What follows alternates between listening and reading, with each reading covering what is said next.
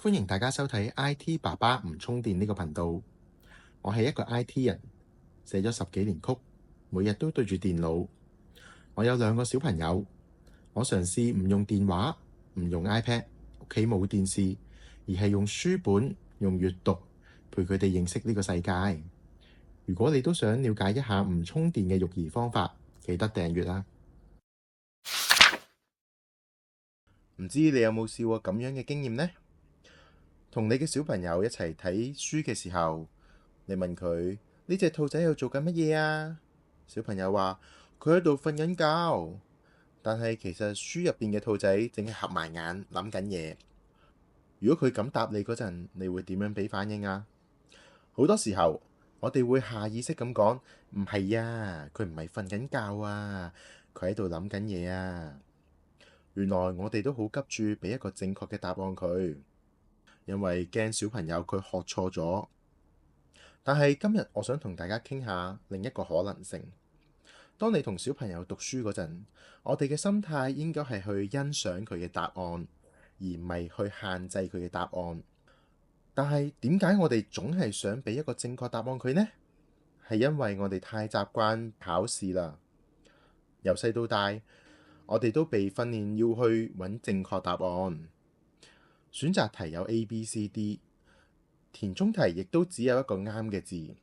呢種思維不知不覺咁帶入咗去親子閱讀入邊，我哋變咗做小朋友嘅改卷老師。但係閱讀唔係考試，佢係一場探索，所以我哋應該去欣賞小朋友嘅回答，咁樣係保護緊佢嘅想像力。我曾經聽過一個故事，有個媽咪同小朋友讀《好餓的毛毛蟲》The Hungry Caterpillar。佢問毛毛蟲食咗咁多嘢，肚仔痛啦，可以點算啊？小朋友就答話：佢可以叫救護車啊！媽咪當堂笑咗，但係佢冇話毛毛蟲唔識叫救護車喎，反而係問：咁救護車嚟到之後呢？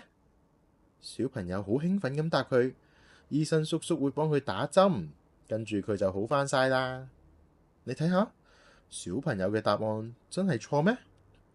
喺生物學嘅角度，毛毛蟲的確唔會叫救護車，但係喺想像力嗰度，小朋友正正就係用緊佢自己嘅方法去理解病咗就要睇醫生呢一件事。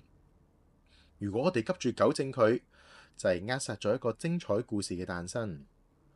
所以當我哋欣賞小朋友嘅回答，其實係建立緊佢嘅自信心。當小朋友講出自己嘅諗法，如果我哋嘅反應係唔啱，唔係咁樣啦，你錯咗啦，佢會慢慢學識一樣嘢。原來我個諗法係唔重要㗎，最重要嘅係正確答案。以後佢就唔會再咁開口㗎啦，因為佢覺得佢講嘅都係錯。相反，如果我哋答佢：哦，原來你咁諗㗎，哦，呢個諗法好得意喎，點解你會係咁諗嘅？呢啲回應傳遞緊一個訊息，就係你嘅諗法好有價值，好有 idea，我想聽多啲。一個相信自己諗法係有價值嘅小朋友，佢大個咗先會敢於表達，敢於創新。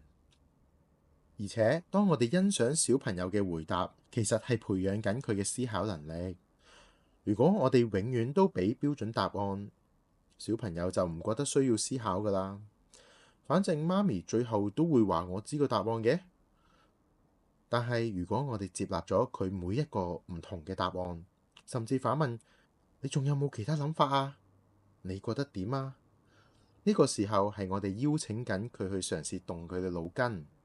講3隻小豬嘅時候，你可以問佢：你覺得點解小豬要去起磚頭屋啊？因為磚頭屋好靚咯。哦，係喎，好靚喎。咁仲有冇其他原因呢？因為大灰狼吹唔冧咯。啊，係喎，呢個都係一個好好嘅原因喎。有呢啲過程，小朋友就係學習下觀察、推理、表達，而且佢哋仲會好 enjoy 添。我哋講返閱讀啊，其實我哋陪小朋友讀書係為咗啲咩呢？係咪就係為咗佢記住晒所有標準答案呢？定係為咗要佢愛上書本、愛上思考、愛上探索呢個世界？